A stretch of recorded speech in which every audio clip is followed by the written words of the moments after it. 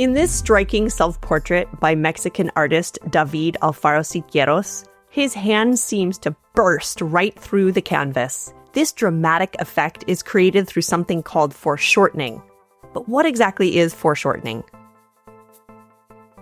Foreshortening is a technique that artists use to depict objects or figures on a flat, two-dimensional surface, creating the illusion that they extend or project into our space. Essentially, it's a deliberate distortion that tricks our eyes, creating space and giving depth to a flat image. Siqueiros was one of Los Tres Grandes, or the three major muralists who reshaped Mexican art in the first half of the 20th century. He was known for his radical techniques, experimentation, and powerful political and social messages. In this self-portrait, meaning Siqueiros painted himself, he employs radical foreshortening to enhance the intensity of his image.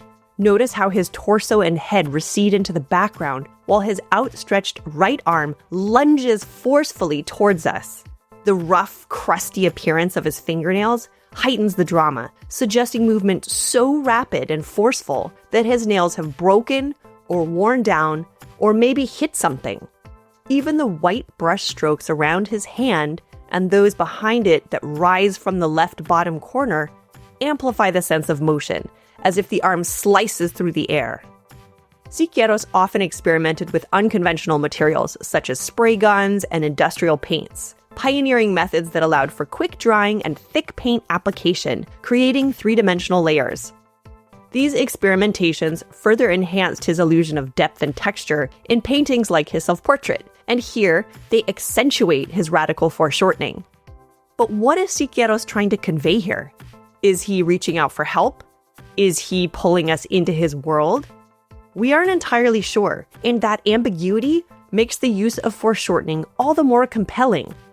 Siqueiros is not alone in employing dramatic foreshortening. Artists like the Italian Renaissance painter Andrea Mantegna attempted to use this powerful visual technique in paintings like His Dead Christ. Mantegna and other artists of the Renaissance developed and employed foreshortening to create a more convincing illusion of depth or space in painting. It's challenging to do. The foreshortening isn't entirely accurate in this famous painting, although he does give a respectful view of Christ's head and torso. Artists would continue to experiment with it. Hundreds of years later, Siqueiros takes this visual device to a radical extreme, pulling us forcefully into his art.